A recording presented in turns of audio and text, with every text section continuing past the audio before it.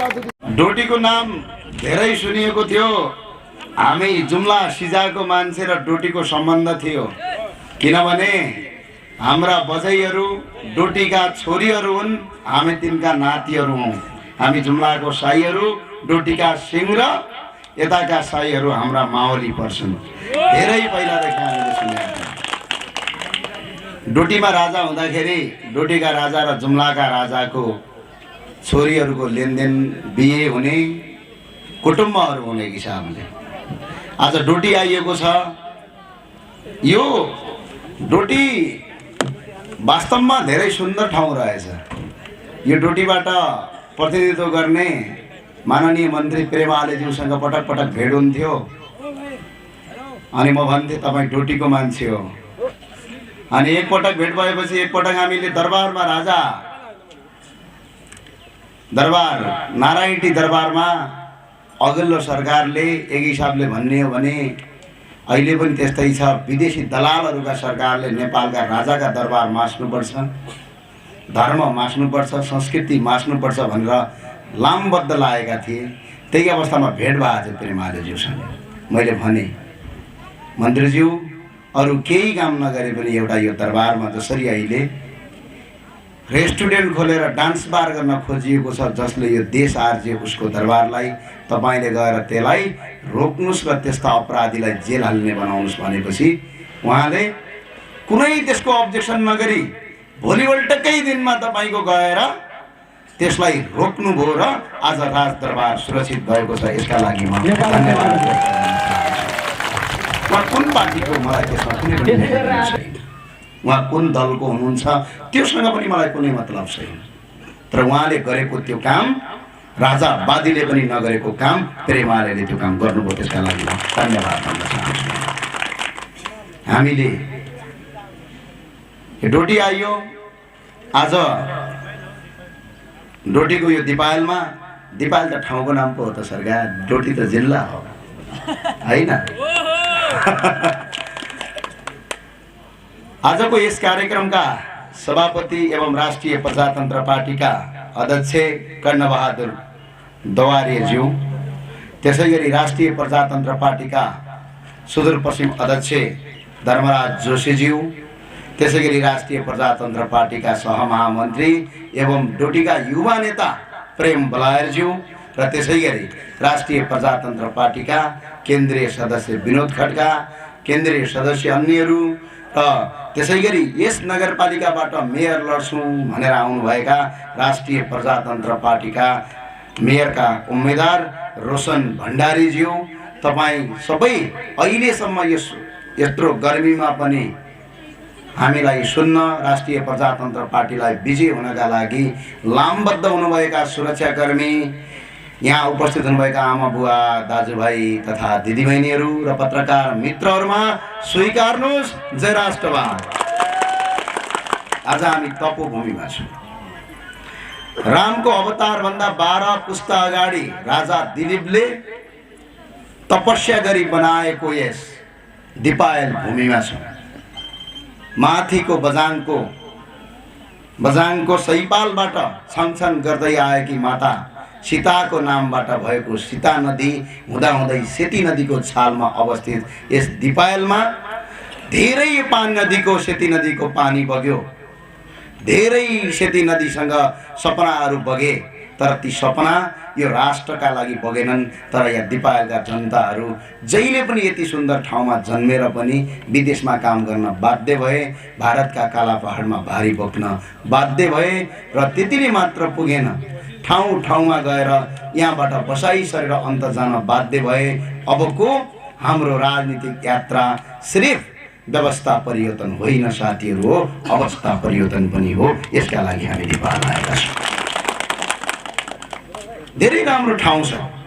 म हेर्छु यी पक्की घरहरू हेर्नु भएको छ, कहिलेकाहीँ सोच्नुहोस् त, यहाँ त जमिनमा धान उत्पादन हुने, यो जमिनमा गहुँ उत्पादन हुने, यो जमिनमा तरकारी उत्पादन हुने, नदीको छालछालमै तपाईको यहाँका हरेक चीजलाई उत्पादन गर्न सक्ने ठाउँमा आज ढलान घर, सिमेन्टका घर हालेका छन्। ती घरहरू भत्किए भने पनि 100 वर्षसम्म पनि यहाँ खेती गर्न सकिँदैन। यस्ता किसिमका घर जो नेपालमा बन्छन् ती घर विश्वका सबभन्दा गरिब देशमा मात्र यस्ता किसिमका घरहरू बन्छन्। जस्तो भारतमा बन्छ। भारत आज पनि धनी छैन। भारतमा आज पनि 22 करोड भारतीयहरू एक छाक खाना खान पाउँदैनन्। भारतलाई धनी भन्ने होइन, भारत संसारको सबभन्दा गरिब मुलुकभित्र आज पनि पर्छ। तपाईले भारतको दिल्ली हेरेर धनी होइन। भारतका गाउँमा आज पनि बत्ती छैन। त्यस्तै बङ्गलादेशमा, पाकिस्तानमा र साउथ अफ्रिकातिर, साउथ अफ्रिका भन्ने देशमा अफ्रिकाका कङ्गो, सुडान, रुवान्डा जस्ता देशहरूमा र नेपालमा बन्ने घरको डिजाइन एउटै हुन्छ। विदेशीले सिमेन्ट फ्याक्ट्री खोलिदिएका छन्। जहाँ जहाँ उब्जनी हुने जमिन छ त्यहाँ त्यहाँ घर हाल्ने अनि चामल महँगो भयो भनेर नारा जुलुस गर्ने यस्ता देशका हामी नागरिक भएका छौँ। यो सोचलाई परिवर्तन गर्नुपर्छ। बडा महाराज धिराज पृथ्वीनारायण शाहले भन्नुभएको एउटा दिव्य उपदेश मलाई याद छ। तपाईँ सबैलाई याद होला के भन्नुभएको थियो?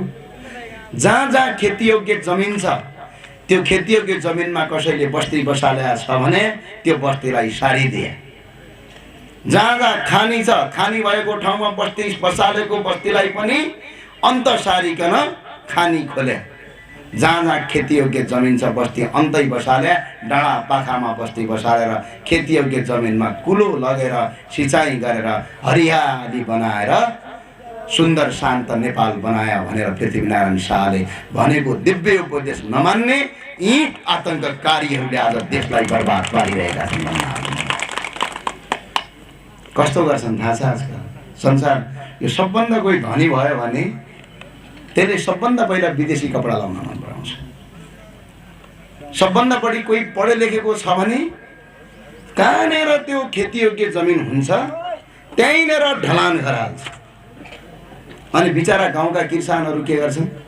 ओइ धनी भएपछि त धान पाक्ने खेतौँदो घर हाल्नु पर्दो रहेछ भनेर अर्कोले सिक्छ। त्यो गएर त्यसले त्यो खेतमा धानका मुरी धान फल्ने खेतमा गएर प्लास्टरवाला घर हाल्छ। अनि चामलको मूल्य बढ्यो भनेर भारतबाट चामल किनेर खान्छ। अनि आएर भन्छ यो देश विकास भएन भन्छ। हामी अवस्थाले मात्र होइन साथीहरू, हाम्रो दिमागी सोचले पनि हामी विदेशीका गुलाम र दास बनिसकेका छौँ। यसलाई परिवर्तन गर्न अब आवश्यक छ। यदि हामीले यो परिवर्तन गर्न सकेनौँ भने के हुन्छ थाहा छ? आज भर्खर अघि एउटा सूचना आएको छ। यो मुलुक तपाईँलाई लाग्दो द्वन्द्व भएको छैन, मान्छे मरेको छैन, टाउका काटिएको छैन, सबै ठिक छ भन्ने लाग्दो। पर्ख पर्ख हेर हेर भन्ने गीत थियो पहिला। केही म भन्दिनँ, 6 महिना पर्खिनुहोस्। त्यसपछि तपाईँसँग भएको लाखौँ रुपैयाँको कुनै पनि महत्त्व रहँदैन। उदाहरणका लागि श्रीलङ्कामा हेर्नुहोस् त, 3 करोड रुपैयाँ मेरो साथमा थियो भन्छ एउटा श्रीलङ्कनले, युट्युबमा भिडियो छ। तर त्यो 3 करोड रुपैयाँले 10 बोरी चामल किन्न पुग्दैन। अब यो 3 करोड पैसाको के काम भन्छ? पैसा कागज हो। जब देशको अर्थव्यवस्था खोक्रो बन्छ, जब भ्रष्टाचारीहरू हाबी हुन्छन्, जब विदेशीको ऋण ल्याउँदै यो संघीयता भन्ने चिज पाल्दै गर्छन्, तब देश पुरै खोक्रो हुन्छ। तपाईसँग भएको पैसा र धनको कुनै महत्त्व रहँदैन। त्यो एउटा कागज बन्छ। त्यो कागजले न त पोलेर खान मिल्छ, त्यो कागज न त पकाएर खान मिल्छ। होइन पैसा नै त हो, 1000 को नोट के पर्ला, तातो पानीमा भिजाएर खाउँ भन्यो भने खानुभयो भने बिचरा त्यसमा भएको केमिकलले पखला लागेर मर्नुहुन्छ। त्यही भएर यो देश बनाउने अभियानमा छौँ हामी, राष्ट्रिय प्रजातन्त्र पार्टी। कुनै पार्टी बनाउने अभियानमा हामी होइन। आज हेर्नु त बिदा अरे, अहिले भर्खर न्युज हेरेको मलाई त हाँसो लाग्यो। बिचरा सरकारी कर्मचारीहरू एक त अफिसै ढिला आउँथे, 10 बजे आउनुपर्ने 12 बजे आउने। जिल्लाका कहिलेकाहीँ हाकिम साहबहरू त कहाँ छौ भन्दा धनगढी छन् भन्दै, बुझ्नुभयो? यहाँ पहाडका। अब त कस्तो गर्दैछ भने 365 दिनमा 156 दिन बिदा नभए बित्दै बिदा, छुट्टिए छुट्टी। ए बाबै किन हर्छौ यस्तो? अब के गर भनेपछि मेरो घोषणा के हो भने 365 दिनै बिदा बस्छ। किन चाहियो होला? केही आवश्यकता छ? आज देश केका लागि बिदा गर्यो भनेर भनेको त के जवाब दिए भनेपछि अर्थमन्त्रीले र हाम्रो कानुन मन्त्रीले जवाब कस्तो पठाए थाहा छ? पेट्रोलको दाम बढ्यो रे, पेट्रोलको दाम बढ्दाखेरि विदेशबाट पेट्रोल ल्याउनु पर्ने पैसा छैन रे। अनि सरकारी अफिस बिदा भयो भने पेट्रोल गाडी चढ्दैनन्, अनि त्यही भएर पेट्रोल कम किन्नुपर्छ, त्यही भएर बिदा गरे अरे। कठैबाट तिम्रा दिन दशा र कस्ता मान्छेलाई ल्याएर मन्त्री बनाउँछन् यो देशमा। कहिलेकाहीँ त के लाग्छ भने सडकमा तपाईँको झाडु लगाएर बजार्ने मान्छे संसारको सबभन्दा उत्कृष्ट मान्छे हुन्छ। यो मागी खाने भिखारी भन्दा पनि तल्लो सोच भएका मान्छे यो देशको मन्त्री भएपछि यो हालत यस्तै हुन्छ। आज हेर्नुहोस् त के गर्नुपर्छ थाहा छ। 156 दिन बिदा दिनका लागि म दुईटा काम गर्थेँ। प्रधानमन्त्री शेरबहादुर देउवाका अगाडि पछाडि हिँड्ने गाडी जति पनि छन् जम्मा दुईटा गाडी गर्थे, साराका सारा गाडी घरमा थन्काउँथे। राष्ट्रपतिका अगाडि हुइका हुइ हिँड्ने गाडी सबै बन्द गराउँथे। तपाईँको दुईवटा गाडीमा त लगा। नेपालकी राष्ट्रपति विद्यादेवी भण्डारीज्यू खाली खुट्टा डोटी आए पनि कसैले केही गर्दैन, किनकि उनको न महत्त्व छ न अस्तित्व छ। केही मतलब के गर्छ भने विद्यादेवी भण्डारीज्यू राष्ट्रपतिज्यूलाई ड्युटी आउनुभयो भने सेना किन चाहियो, पुलिस किन चाहियो? खै काङ्ग्रेसको हाम्रो लेभलका कोही प्रवक्ता आयो भने अगाडि पछाडि पुलिस डङ्का डङ लाएर हिँड्छन्। हामी आएका छौँ त मजाले आयौँ, अघि परपट्टिको पसलमा बस्यौँ, बाबा चिया ल्यायो भन्यौँ, चिया दियो खायौँ, किनकि हामी खुलम खुला हिँड्न सक्छौँ। हामीले जनताको हितमा काम गरेका छौँ, जनताको बेहितमा काम गरेका छौँ। हामी आउनुहोस् त कसले के हाल्छ। अनि अर्को यी सरकारी कर्मचारीहरूले जति जति गाडी प्रयोग गर्छन् साराका सारा गाडी थन्काउनुहोस्। जति पनि तपाईँको तेल र डिजल खर्च मन्त्रीहरूले लिन्छन् त्यो सबै रोक्नुहोस्। अनि त्यसपछि तपाईँको सरकारी कार्यालय खोल्नुहोस् त। नेपालका ठुल्ठुला सरकारी कर्मचारीहरूलाई ठुल्ठुलो त्यो प्राडो गाडी लगेर किन हुइकिनु पर्यो बाबै? साझा बसमा यातायात गरे भइगयो त। हिजो जागिर खानभन्दा अगाडि साइकल चढेर हिँड्थे, जागिर खाएको 2 दिनपछि तपाईँको प्राडो चढ्ने भएको छैन यिनीहरू। अनि किन चाहियो? यी प्रदेशका मन्त्रीलाई किन गाडी चाहियो? लोकल बसमा हाल भुइँकाइदिए भइगयो त। एक घर एक मन्त्री छन् के अरे। अब त यसो गर, प्रदेशमा मन्त्री मैले अस्ति के अचम्म लाग्छ कस्तो व्यवस्था ल्यायो यो देशमा भने। धनगढीको चौरायामा 2-4 जना सांसद भेटाएको थिएँ मैले। के गर्न ला माननीयज्यू भनेको, माननीय पनि भन्न लाज के यस्तो यस्तो लगाएछन्। के हो भने प्रदेश सांसद हुँ भन्छन्। कोठा के गर्न जान लागेको भनेको चटपटी खान जान ला भन्दै थिएँ त्यहाँ अगाडि। हेर्नुहोस् है, बिचराहरू चटपटी खान गएका। अघिल्लो पटक म तपाईँको पुष महिना कहिले आएको थिएँ अतरियामा, भेटेको थिएँ मैले चिया खान जाउँ भनेको तिनीहरू चटपटी खान जाँदैछ 2 जना मिलेर। अस्ति आएको त बिचरा मन्त्री पो भएछन् त, प्रहरी लगेर अगाडि पछाडि हिँडिरहेछन्। पर म त छक्क पर्छु बा, यो कस्तो व्यवस्था हो? जुन व्यवस्थाले एक घर एक सांसद र एक मन्त्री बनाउने, त्यही भएर म घोषणा गर्न चाहन्छु आज दिपायलबाट। यो दिपायलबाट यो किन यहाँ घोषणा गर्दैछु भने अहिलेको राजधानी तिमीहरू धनगढी मान, तर राष्ट्रिय प्रजातन्त्र पार्टीले आफ्नो आधिकारिक राजधानी दिपायललाई मान्छ भनेर।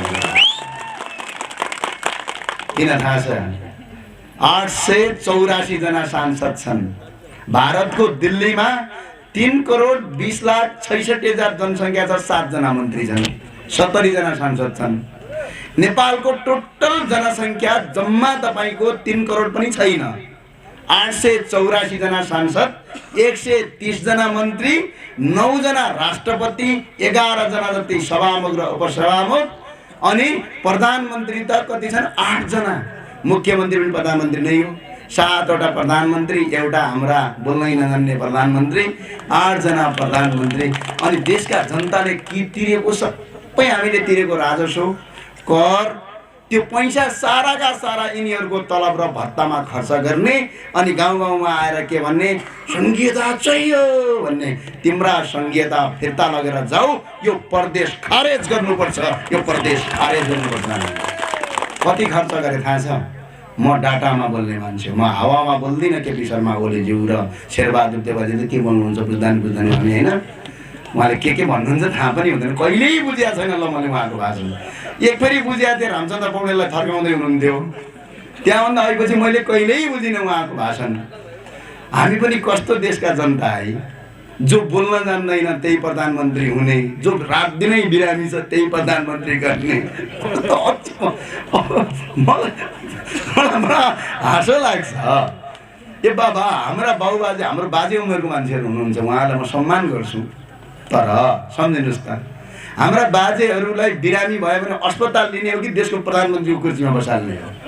अस्पताल लाने हो नि। अनि हाम्रो केपी शर्मा ओलीज्यू अहिले पनि बिरामी हुनुहुन्छ, हिजो पनि हुनुहुन्थ्यो, पहिला पनि हुनुहुन्थ्यो। उहाँ मजाले घरमा बसेर बेड रेस्ट गरेर एमालेको अर्को कोही राम्रो मान्छेलाई दिए भइगयो त। अब बिरामीले देश चलाउने, अब देशको प्रधानमन्त्री बनेर चाहिँ के बोल्छन् थाहा पनि हुँदैन, कहाँ के गर्छन् थाहा पनि छैन। बिचरा होस छ कि बेहोसमा छन् त्यो पनि अत्तो पत्तो छैन। 24 घण्टा लठक्क परेर हिँड्या हुन्छन्। कहिलेकाहीँ त शङ्का लाग्छ माट पछि चेक गरौँ कि क्या हो। अवस्था यस्तो नाजुक छ। देशको प्रत्येक दिन अवस्था हाम्रो खस्किँदो र बिग्रिँदो छ। युवा पुस्ता प्रत्येक दिन पलायन भएको छ।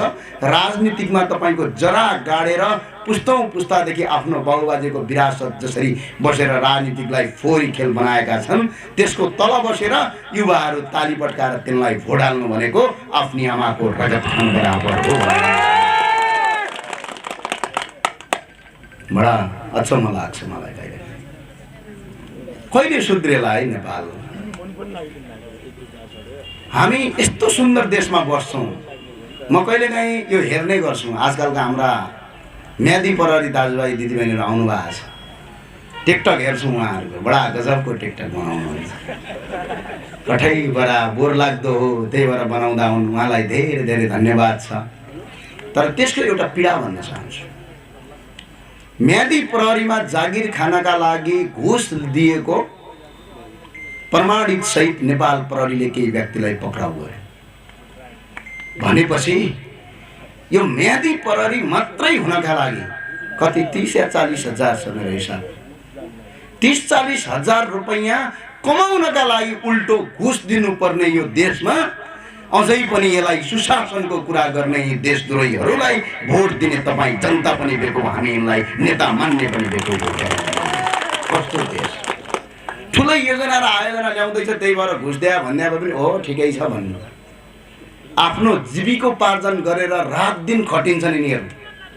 नेपाल प्रहरीको एकजना सिपाहीलाई हेर्नु भएको छ, रात दिन 24 घण्टा 18 घण्टा ड्युटी गरेर पनि महिनाको 22-23 हजार रुपियाँ तलब थाप्छ। त्यही प्रहरीमाथि गगन कुमार थापाहरू ढुङ्गा हान्छन्, आँखा फुटाल्छन्, अनि तिनलाई तपाईँ नेता मान्ने र तिनलाई महान दाई भन्दै फुलमाला र अबिर गर्ने हो। यो देशको तपाईँ कुनै पनि नागरिक होइन कि यो देशको दानवतातिर धकलिएको जनता हो वास्तवमा भन्ने। हेर्नुहोस् त, देश विकास भएन अरे। अनि किन भएन भन्दाखेरि ढुङ्गा हानेनौँ त्यही भएर देश विकास भएन, त्यस्तो नि हुन्छ। पुल भत्काएनौँ त्यही भएर देश विकास भएन। अनि नारा थियो एक फेरि हाम्रा श्री श्री श्री मुख्यमन्त्रीज्यूहरू पनि छन् यहाँबाट। अब उहाँलाई त श्री 5 बडा महाराज धिराज नभनौँ, श्री 6 भन्दा पनि हुन्छ, श्री 9 थपिदिँदा पनि भयो। कहिल्यै छोड्दैनन् त्यो पद, बिचरा यस्तो लोभ लालच लाग्छ। एक फेरि उनले एउटा गजबको काम गरेछन्। धनगढीको उले महेन्द्रनगर कञ्चनपुरको एउटा ठाउँ मैले नाम बिर्सेँ, मैले फेरि लगेर गएको थिएँ क्या। भैँसी पाल्ने भनेर 14 करोड लगेछन्। म भैँसी हेर्न गएको एउटा पनि छैन। अनि मैले मुख्यमन्त्रीको कार्यालयमा गएँ, तपाईँले भिडियो हेर्नुभएको थियो, अतरियाको आमसभा सकेर। ए मुख्यमन्त्री यो भैँसी कहाँ छ भनेको गरेर बस्छन् बा। अनि यो गाउँमा पनि आजकल बजेट ल्याउँछन् रे यिनीहरू। आधा बजेट सरकारी कर्मचारीलाई खुवाउँछन् रे, आधा पार्टीको कार्यकर्तालाई खुवाउँछन् रे, आधा बजेट तपाईँ उपभोक्ता समितिमा जान्छन् रे। अनि भन्छन् रे माओवादीले ल्याएको बजेट। ए माओवादीका साथीहरू हो, तिमीहरूका कतिजना मान्छे यो देशमा कर तिर्ने छौ देखाऊ त। साराका सारा भिकारी छौ, कहाँबाट कर तिर्छौ? यो जनताको हिसाबले माओवादीको। र अर्को कुरा, यो गाउँपालिकामा राष्ट्रिय प्रजातन्त्र पार्टीको इन्ट्री भइसकेको छ। कहिलेकाहीँ फिल्म हेर्नुहुन्छ, हिरोको इन्ट्री बिस्तारै गड्याङ्गै हुन्छ, इन्ट्री भइसक्यो। लुट्ने कुरा अब सोच्ने होइन। यदि लुटेका छौ भने एक हिसाब किताब लिने हो, पहिलो कानुन बनाउने हो यो देशमा। के एक पटक राष्ट्रिय प्रजातन्त्र पार्टीलाई तपाईँले बहुमत दिनुभयो भने यो देशमा जम्मा 3टा काम गर्न मन छ मलाई। फेरि जिन्दगीमै चुनाव जित्न मन छैन मलाई। मजाले जाने, आनन्दले खेतीपाती गरेर घरमा बस्न मन छ मलाई। 3टा काम। एउटा, भ्रष्टाचारीहरूको कानुन बनाउन मन छ, यस्तो कि यदि छोराले भ्रष्टाचार गर्यो भने त्यसका बाउबाजेले आर्जेको सम्पत्ति पनि जफत गर्ने कानुन बनाउन मन छ मलाई। यदि श्रीमानले भ्रष्टाचार गरेको छ भने त्यसको श्रीमतीलाई पनि जेल हाल्ने काम, त्यसको श्रीमतीले थुपारेर पैसा राखेको छ भने त्यसलाई पनि जेल हाल्ने, उस त्यो भ्रष्टाचारको रकमबाट उसको छोरोले पढाएको छ भने अमेरिकाबाट हतकडी हाल्दै ल्याउँदै नेपालमा आजीवन कारावास ठोक्ने एउटा कानुन बनाउने। आज भ्रष्टाचारले यस्तो आक्रान्त भएको छ यो देश। भ्रष्टाचार कतिसम्म हुँदो रहेछ भनेर एकदिन म अध्ययन गर्न गएँ। हामी त ठुल्ठुला मुद्दा लडिरहेका थियौँ। एनसेलको 62 अर्बको मुद्दा हामीले हरायौँ। हामीलाई भन्छन् तिमीले के हर्यौ देशमा भन्छन्। म एउटा कुरा, तपाईँ हामीले 62 अर्बको मुद्दा जित्यौँ यो देशका लागि, तिम्रा नेताहरूले 62 रुपैयाँ मात्र यो देशका लागि ल्याएको देखाऊ, त्यसपछि हामी तिमीलाई भोट हाल्छौँ ल, बाजी भयो ल। वाइड बडी लड्यौँ। यी ठुल्ठुला त मुद्दा भए, जनताकासँग जनजीविकासँग त्यति धेरै जोडिएको हुँदैन। अनि हामी एक दिन अध्ययन गर्न गयौँ। जहाँ पनि ज्ञानेन्द्र साई भनेर चिन्ने, अनि कालो चस्मा लगाइयो, टक्क मास्क लगाएर सिडिओ कार्यालयमा लाग्यो। नागरिकता बनाउन पनि घुस खुवाउनु पर्ने, मालपोत कार्यालयमा गयो भने कर तिर्न पनि घुस खुवाउनु पर्ने, उल्टो पैसा सरकारलाई दिनु छ, अझ उसलाई घुस खुवाएर फेरि काम गर्नुपर्ने। ए बाबा, यो तिमीहरूका बाउको देशको बकौती हो। यो राजा ल्याउँछौँ एक दुईपटक देशमा। एकपल्ट पहिला याद छ तपाईँलाई, यसो कपालमा कट गरेका केटाहरू सरकारी कार्यालयमा घुम्ने बित्तिकै मालपोत कार्यालयको हाकिमले भित्र डग डग डग डग काँपेर पसिना छट छट छट छट छट छट निकाल्थ्यो। किन थाहा छ? राजाले पटाएका आएका मान्छे आए, मैले तलमाथि गरेँ भने राजाले जेल हाल्छ भनेर काँप्थे यहीँ दिपालमा। अञ्चलाधीशको अगाडि डग डग डग डग डग डग खुट्टा लुलाउँथे यिनीहरूको। अनि त्यो अञ्चलाधीशको पनि खुट्टा लुलाउँथे। अलिकति भ्रष्टाचार गऱ्यो भने राजाले थाहा पायो भने छोड्दैन भन्थे। याद छ तपाईँलाई? हिजो त्यो अवस्था थियो। आज नेपाल प्रहरीको 3वटा स्टार भएको अहिले वरिष्ठ सही साहब, त्यसपछि यही जिल्लाको प्रहरी प्रमुख पनि मालपोत कार्यालयमा गएर उनैकै आँखा अगाडि घुस्किन्छ। किनभने प्रहरीलाई त अहिले के बनाएका छन् यिनीहरूले? Security guard. आर्मी त जङ्गलमै बस्छ, कहिले आउँदैन होइन। मलाई कहिले काहीँ के लाग्छ भने हरिण हो कि क्या हो, जङ्गलमै बस्ने, कहिले पनि नआउने। जङ्गलभन्दा यता आउँदा नि आउँदैन, बिचरा केही पनि छैन। त्यस्तो अवस्थामा राज्यका सुरक्षा निकायलाई खटाएर अनि कर्मचारी र जनप्रतिनिधि मिलेर जनताको पैसा लुटेका छन्। अनि कोही कसैले पक्राउ गर्न आयो भने अदालत जा भन्छन्। अदालतमा घुस खाने माफिया बसेका छन्। पुराका पुरा तपाईँको अदालतलाई व्यवसाय बनाएछन्। थाहा छ? कालो कोड लाउने भन्दा धनी को छ अहिले देशमा? कोही पनि छैन। यसो निवेदन लेख्ने बित्तिकै 10,000 मागिहाल्छ, मुद्दा लड्ने बित्तिकै 10,000। अझ कानुन बनाए कस्तो थाहा छ? नेपालका कुनै पनि सरकारी न्यायाधीशको सम्पत्ति चेक र जाँच गर्न नपाउने कानुन बनाए त्यसो। त्यो किन गरे? घुस खाएपछि न्यायाधीशलाई कसैले भोलि चेक गर्यो भने जेल जान्छ भने त्यस्तो कानुन बनाए। चारैतर्फ घुमी भ्रष्टाचारीलाई संरक्षण गर्ने कानुन बनाए। एकपटक यो देशमा कुनै ठाउँमा नीति बनाउने तहमा पुग्दा भइदिया भए भ्रष्टाचारीलाई म मार्नेवाला छैन, म हिंसामा विश्वास गर्दिनँ, तर सारा सम्पत्ति उसको राज्यको कोषमा दाखिला गरेर 1 सरो लगाउने कपडा मात्रै दिएर उसलाई सडकमा छोड्न मन छ। अनि जनताले उसलाई भोकै तपाईँको सडकमा तड्पिएको हेर्न मन छ मलाई यी भ्रष्टाचारीहरूलाई। आज यो देश त्यस्तो बेकार मालपोत कार्यालयमा घुस खाने हुँदा के गर्ने थाहा छ? बिचरा यस्तो अवस्था भइसक्यो यो देशको। तपाईँलाई थाहा छ? नेपालको कुनै पनि सरकारी कर्मचारीले आफ्नो तलबबाट छोराछोरी पढाउन सक्दैन। लु आउनुहोस् अगाडि, कोही छ भने मेरो अगाडि उभिएर देखाऊ, तलब भनिदिउँ कति छ। नेपालको मुख्य सचिवको तलब 80 देखि 90,000 भन्दा बढी हुँदैन। 80-90 भने अझ ज्यादा भयो मुख्य सचिवको तलब। उनका छोराछोरी एकै महिनामा 50,000 रुपियाँ तिर्ने स्कुलमा पढ्छ। अनि छोराछोरीलाई 50,000 महिनाको स्कुलमा पढ्ने, 4-5 करोडको घर बनाउने, 2-3 करोडको गाडी चढ्ने। अनि त्यतिले मात्र पुग्दैन, करोडौँ रुपियाँ खर्च गरेर छोराछोरी अमेरिका पनि पढाउँछन् यिनीहरू। अनि शुद्ध तिमीहरूको तलबले त्यो छोराछोरी पढाउन पुग्छ? अनि सबै पैसा छोराछोरी पढाउँछ भने खान्छौ के मुख्य सचिव भएपछि हावा खाएपछि मात्रै पुग्छ? जनतालाई भ्रमित गरेर पुराका पुरा भ्रष्टाचार गरेर आज यो देश कंगाल बनाएका छन् यिनीहरूले। सरकारी कर्मचारीको भ्रष्टाचारलाई रोकौँ। नेपालका सरकारी कर्मचारीको तलब 2 गुणाले बढाउन सकिन्छ। यति ज्यादा भ्रष्टाचार छ यो देशमा। एक फेरि एउटा भ्रष्टाचारी हामीले मुद्दा हल्लै नारा जुलुस गरेका थियौँ। अहिले त आरोपित भए हैनलान्, तर आरोप लागेको थियो चुडामणी शर्मा। अहिले पनि सहसचिव छन् नेपाल सरकारमा।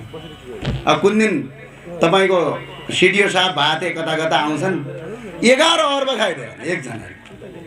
मैले पछि हिसाब हानेको त 11 अर्ब भनेको नेपालका सबै कर्मचारीको 2 वर्षको तलब रहेछ एकजना व्यक्ति। आज त्यस्तै गरेर यो देशलाई चरम सिमानामा पुगाएका छन्। केही गर्दैनन्। भ्रष्टाचारबाट बच्नका लागि के गर्ने? पार्टी प्रवेश गर्ने। टक्क पारेर नेताजी आउँछन् सँगै हिँड्ने। आज एउटा फोटो हेरेको थिएँ अघि, एकजना बझाङकै अगाडि बझाङको माओवादीको कार्यक्रममा सरकारी कर्मचारी गएर चुनाव प्रचार गरिदिँदै थियो बिचरा। किन गर्यो भनेपछि केका लागि गरेछ भने त्यो सरकारी कर्मचारीले भ्रष्टाचार गरेको थियो, माओवादीको मान्छेले जितायो भने उसलाई बसाउँछ बस। त्यही भएर आज यो देशलाई विकराल अवस्थामा पुर्याएका छन्। हरेक गाउँ गल्लीका आज किसान र हाम्रा युवाहरू बेरोजगार भएका छन्। यो बेरोजगारको अन्त्य गर्नका लागि यो शक्ति हो, यो राष्ट्रका लागि, यो सिर्फ पार्टीका लागि आज हामी आएका छैनौँ, यो मुलुकको निर्माणका लागि आएका छौँ। माओवादी, कांग्रेस, एमाले भित्र भएका साँच्चै राष्ट्रवादी शक्तिहरू यो रापरबामा आउनका लागि म यहीँबाट हार्दिक अपील गर्दछु र अनुरोध गर्दछु। र यो पार्टीमा, यो राष्ट्रिय प्रजातन्त्र पार्टीमा कोही कतै भ्रष्टाचार गरौँला, सम्पत्ति कमाउला, यसो के मेरो भयो त हजुर यसो न 2-4 पैसा कमाइहालिन्छ भनेर यदि कसैले सोच बनाएको छ भने आजका दिनदेखि यो पार्टी छोडेर जान पनि म यहाँबाट हार्दिक अपील र अनुरोध गर्न चाहन्छु। तपाईँलाई यदि छोड्न गाह्रो छ भने तपाईँलाई आइडिया सिकाइदिन्छु।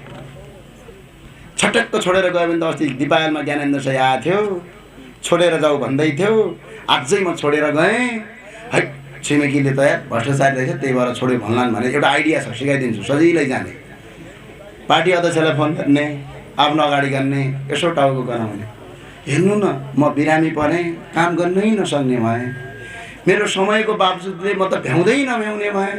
अनि अर्को पनि आइडिया छ, मलाई धेरै दबाब आयो सबै ठाउँबाट, त्यही भएर गर्न नसक्ने भन्ने खुरुक्क पार्टी छोड्ने होइन भने भोलि हामीले कारबाही गऱ्यौँ भने आज तपाईँको सम्धि भोलि भ्रष्टाचारीको सम्धि हुन्छ। आज तपाईँको छोरो भोलि भ्रष्टाचारीको छोरो हुन्छ। हेर्नुहोस् त, पर दिल्लीमा बसेको सम्धि छ भने पनि अहिले सम्धिज्यू हेलो के छ भन्ने सम्धि, भोलि तपाईँलाई यहाँ कारबाही गरेपछि हामीले के हुन्छ?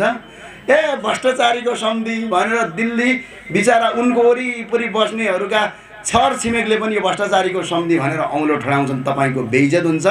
सदाचारीको पार्टी बनाउने लक्ष्य छ। बरु 10 जना किन नहुन्, 1 पाइला 1000 माइलको लामो यात्रा 1 पाइलाबाट सुरु हुन्छ। 1 जनाले 100औँले थुक्दा थुक्दा समुद्र बन्छ भने जसरी हामी 10 जना किन नहौँ, 100 जना किन नहौँ, तर अब शुद्ध भ्रष्टाचारका विरुद्धमा लड्नेहरू मात्र खडा हुन आवश्यक छ भनेर म भन्न आह्वान गर्छु। हाम्रो लडाइँ धेरै लामो छ। यो देशमा अबको 10 वर्षदेखि 15 वर्षभित्र धेरै ठुलो काम गर्न केही पनि हामीलाई आवश्यकता छैन। हाम्रो भूमि छ, यो देशमा रोजगारी सिर्जना गर्नु छ भनियो। अब तपाईँहरू भन्नु होला ए नेता हो भाषण गरिरहेछ, रोजगारी चाहिँ कसरी सिर्जना गर्छ? जनले पनि त्यही भन्छ। गगन थापाजीहरू आए पनि त्यही भन्छन्, आलेजी आए पनि त्यही भन्छन्, मालेजी आए पनि त्यही भन्छन्, जसले पनि त्यही भन्छन्। रोजगारी नभई भएन भन्छन्। तर यो देशको रोजगारी के कारणले हुन्छ पहिला त्यो पत्ता लगाउनुपर्छ। हामीले दिपायलको भूगोललाई अध्ययन गर्नुपर्छ। हेर्नुहोस्, यो दिपायलको सडकलाई अलिकति राम्रो सडक बनाएर यहाँका यी ढुङ्गालाई प्रयोग गरेर यदि बेच्न पाइयो भने तपाईँ सोच्नुहोस् त, राजस्थानको मार्बलको बराबर यहाँका ढुङ्गाको मूल्य हुन्छ। रोजगारी यहीँ सिर्जना हुन्छ, कोही विदेश जानु पर्दैन। अर्को एउटा कानुन अहिले सुन्नुहोस् त, कस्तो कानुन बनाएका छन् यो देशमा तपाईँलाई थाहा छ? गजबको कानुन बनाएका छन्। कस्तो थाहा छ? काठ काट्नै नदिने, रुखलाई देख्यो कि डराउनु पर्ने। खेतमा रुख उम्रियो भने बिचरा किसान पहिले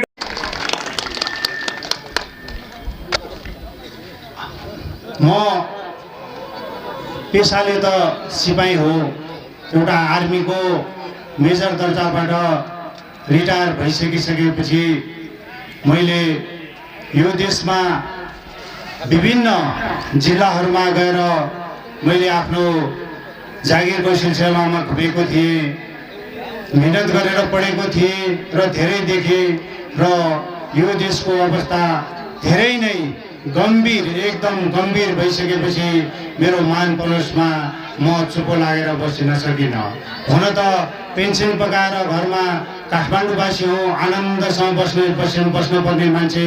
तर यो राष्ट्रमा सेनामा हुँदाखेरि नेपाली आमा रोइन् भने आफ्नो बाउ र आमा र आफ्नो परिवारलाई समेत छोड्दिन भनेर एउटा झन्डाको शपथ खाएको मान्छे आज पुनः एकपटक भ्रष्टाचार विरुद्धको यो भ्रष्टाचार गर्ने भ्रष्टाचारीहरूलाई यो देशबाट सक्छु भनेर मैले एउटा प्रण गरेर आज अभियानमा आएको छु। मलाई भाषण गर्न आउँदैन, सिपाही हो, सत्य कुरो बोल्न आउँछ, तितो कुरा बोल्न आउँछ। म लाग्दो हो तपाईँलाई म नेता होइन। हेर्नुहोस्, म एउटा अभियन्ता हो। भ्रष्टाचार विरुद्धको अभियानमा एउटा ज्ञानेन्द्र साई जस्तो व्यक्तिले एउटा 29 वर्षको केटो जुन भ्रष्टाचार विरुद्धमा लागेको थियो, दूरदराजको मान्छे, एउटा जुम्लाको मान्छे, एउटा राष्ट्रको लागि चाहिँ नि भ्रष्टाचार उन्मूलन गर्छु भनेर हिँड्दाखेरि उहाँमाथि भाला प्रहार भयो। उहाँमाथि विभिन्न किसिमका चाहिँ नि दल गुण्डाहरू लगाएर आक्रमण भयो। हामीले यसै कुरालाई मनन गरेर एउटा युग पुरुष एकबाट मात्र जन्मिन्छ, यस्तो युग पुरुषलाई साथ दिनुपर्छ भनेर उहाँसँगको यात्रा सुरु गर्यौँ। उहाँसँगको यात्रा सजिलो थिएन। हामीमाथि पनि पटक पटक आक्रमण भएको छ। हामीले त्यो आक्रमणलाई पनि हामीले कुनै चाहिँ नि डर र धम्कीदेखि नडराई आजका दिनसम्म चाहिँ नि यहाँ हामी आएका छौँ। हेर्नुहोस् आदरणीय दाजुभाइ तथा दिदीबहिनीहरू, म तपाईँहरूलाई केही सानो कुराहरू भन्न चाहन्छु। नेपाल एउटा यस्तो देश हो जुन एउटा गौरवमय इतिहास बोकेर बसेको देश, प्राकृतिक रूपमा चाहिँ नि धेरै नै माथि पुगेको देश, धर्म संस्कृतिमा चाहिँ नि धेरै माथि पुगेको देश। यस्तो देशमा एउटा राजाले शासन गरेको थिए। राजाले शासन गरेको देशमा आज विभिन्न बनारसी काङ्ग्रेसहरू, विभिन्न चाहिँ नि लेनिन स्टालिनको सिद्धान्त लिएर दारी पालेर आएका देशी विदेशी स्वामित्व भएका पार्टीहरूले तपाईँ हामीलाई धेरै रणभूलमा पारेका छन्। आज 30 वर्ष भयो यिनीहरूले के गरे त्यो हामीले मनन गर्न जरुरी छ। हेर्नुहोस्, म सेनाको मान्छे, एकातिर परिवर्तन गर्नुपर्छ भनेर मेरो आफ्नो परिवार पाल्नको निमित्त मैले सेनामा जागिर खाएको थिएँ। छोरालाई 2 छाक खुवाउन सक्छु, श्रीमतीलाई राम्रो लुगा लाउन दिन सक्छु भनेर मैले सेनामा बाध्य भएर मैले जागिर खाएको थिएँ। त्यस्तै गरी हाम्रा गरिब दुखी जनताहरू र विभिन्न चाहिँ एउटा दलित समुदायका दाजुभाइ तथा दिदीबहिनीहरूलाई परिवर्तनको नाममा परिवर्तन भयो भने तपाईँहरूले चाहिँ नि यो देशमा तपाईँको छोराहरू खान पाउँछन्, यो देशमा तपाईँहरूको यो लाउन पाउँछन् भनेर विभिन्न लाज लोलोप गरेर विभिन्न पार्टीका झन्डाहरू बोकाइए र आफ्नै दाजुभाइ तथा दिदीबहिनीहरूमा हामी एकतर्फ सुरक्षाकर्मी र अर्कोतर्फ हाम्रा दाजुभाइ दिदीबहिनीहरूलाई यसरी लडाए। आफ्ना दाजुभाइ तथा दिदीबहिनीहरूलाई यसरी लडाउन हुँदैन भनेर हामीले सेनाबाट राजीनामा दिएर यी भ्रष्टाचारीहरूलाई ठिक पार्छु भनेर हामी बाहिर निस्केका छौँ। आदरणीय दाजुभाइ तथा दिदीबहिनीहरू, म तपाईँहरूलाई धेरै कुरा त भन्न चाहन्न। हेर्नुहोस्, यो काङ्ग्रेस आज गठबन्धनको नाममा काङ्ग्रेसहरू र यो कम्युनिस्टहरू आज एक भएका छन्। कुनै पनि पार्टी हुनलाई त त्यसको विचार हुन्छ, सिद्धान्त हुन्छ र त्यसको दर्शन हुन्छ। काङ्ग्रेस यस्तो एउटा पार्टी हो जो अहिले पनि बिपीको नामबाट, कृष्णप्रसाद भट्टराईको नामबाट आफ्ना चाहिँ नि त्यो नाम बेचेर राजनीति गरिरहेको छ। त्यसकारण आगामी चुनावमा यिनीहरू कुनै पनि आफ्नो सिद्धान्तलाई ख्याल नगरिकन खानको निमित्त, हेर्नुहोस् दाजुभाइ काटाकाट गराउने अनि खानको निमित्त काङ्ग्रेस र कम्युनिस्ट, त्यही शेरबहादुर देउपा प्रधानमन्त्री हुँदाखेरि त्यही कम्युनिस्टका नेता, माओवादीका नेता प्रचण्ड लगायत अन्य व्यक्तिहरूलाई टाउको मूल्य तोड्थे र समातेर ल्याउनु भनेर भन्थे। त्यही कम्युनिस्ट बनाउँदा माओवादी भनेका प्रचण्डहरूले हाम्रा दाजुभाइ तथा दिदीबहिनीहरू अहिले काङ्ग्रेसमा जो लागेका कार्यकर्ताहरू छन्, दिन दाडै एउटा श्रीमतीले भात पस्केर खान लाएका व्यक्तिलाई पछिबाट झुक्काएर कुकुरले हालेर हत्या गर्थे। आज केही दलालहरू एकै ठाउँमा मिलेर खानको निमित्त चाहिँ नि तपाईँ हामीलाई झुनको निम्ति काङ्ग्रेस कम्युनिस्टको एउटा बैशाखी टेकेर आइरहेको छ भने कम्युनिस्ट काङ्ग्रेसको बैशाखी टेकेर आइरहेको छ। यसको लागि तपाईँ हामी सावधान हुनुपर्छ। यसका लागि तपाईँहरू पुनः विचार गर्नुपर्छ। मलाई आज साह्रै नै खुसी लाग्यो हाम्रो मेयर साहबको भाषण सुनेर। साह्रै जोसिलो हुनुहुँदो रहेछ, पूर्व सुरक्षाकर्मी पनि हुनुहुँदो रहेछ, युएनमा काम पनि गर्नुभएको रहेछ र उहाँले धेरै नै कुराहरू आफ्नो प्रतिबद्धता गरेर जानुभएको छ। हेर्नुहोस्, आफ्नो गाउँ आफैले बनाउने हो। यहाँ हामी तपाईँहरूलाई एउटा के भन्न चाहन्छौँ भने हामी कुनै राजनीतिक दलबाट प्रतिनिधित्व गरेर आए पनि पहिला हामी अभियन्ता हो। हामीले भ्रष्टाचार गर्न दिँदैनौँ भनेर हाम्रा सम्पूर्ण एउटा राष्ट्रिय प्रजातन्त्र पार्टीका शालीन नेता राजेन्द्र लिङ्गदेनले भ्रष्टाचार गर्नु आमाको रगत खानु बराबर हो भनेर उहाँले सदनदेखि लिएर कुनै पनि मन्दिरमा चाहिँ नि त्यो कुरा लिएर उहाँ अघि बढ्न सक्नुहुन्थ्यो। त्यस्तै गरेर भ्रष्टाचारको विरुद्धमा आफ्नो ज्यान पूर्ण अर्पण गरेर जोसिलो युवा नेता ज्ञानेन्द्र साईले चाहिँ नि भ्रष्टाचार नियन्त्रण गर्नुपर्छ भनेर जुन किसिमको एउटा उहाँहरूको टिम बनेको छ, त्यो टिमलाई आफ्नो जिउमा एक थोपा सास र दुई थोपा रगत उन्जेलसम्म हामी यो भ्रष्टाचार नियन्त्रण गर्छौँ भनेर हामी अगाडि बढेका छौँ। यसमा तपाईँहरूले पनि साथ दिनुहुन्छ भन्ने पूर्ण दृष्टिका साथ हामी चाहिँ नि लागेका छौँ र तपाईँहरू पनि लाग्नुपर्छ। हेर्नुहोस्, यो देश जहाँ नेता धनी हुन्छ त्यहाँ जनता गरिब हुन्छ, यो हामीले देखेका छौँ। हिजोसम्म चप्पल लगाएर चाहिँ नि आफू चिया पसलमा बिना नपढेका नेताहरू आज कुन ठाउँमा पुगेको छ नाम त मैले भन्न चाहेन।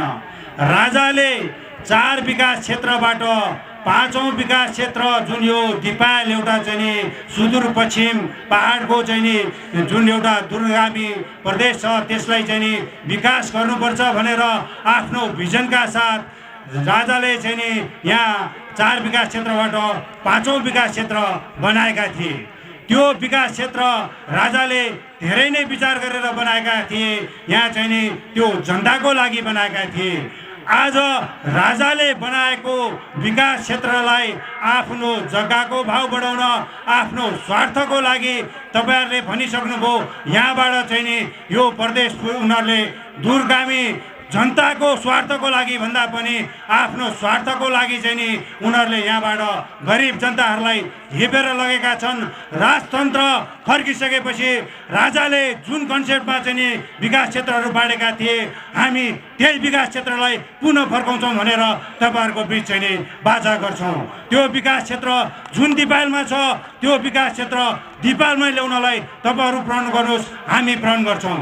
यी नेताहरूले भन्थे यी सुरक्षाकर्मीका मान्छेहरू केही बोल्न जान्दैनन्, यिनीहरूले राजनीति गर्न जानेका हुँदैनन्, बोल्न जानेका हुँदैनन् भनेका थिए। हाम्रो पूर्ववक्ता यहाँ लप्टन साहबले भनिसक्नुभयो, यहाँ मैले धेरै बुबु साथीहरूलाई पनि देखिसकेको हो। हामी राजनीतिक जान्दैनौँ, हामीले राजनीति गरेका थिएनौँ, तर राजनीतिक हामीले बुझेका हुन्थ्यौँ। त्यसकारण अबका दिनहरूमा हामीले राजनीतिक बुझेर यी भ्रष्टहरूलाई सदनमा जवाब दिन्छौँ र हामीले चाहिँ नि यो देश विकास गर्छौँ भनेर सम्पूर्ण भुपु लगायत हामी सम्पूर्ण राजनीतिमा आएका छन्। हामीलाई एकपटक मात्र साथ दिनुहोस्, हामीले यस दिपायललाई के गरेर देखाउँछौँ भन्ने कुरा हामीले तपाईँहरूको अगाडि विश्वास गरेर जान्छौँ।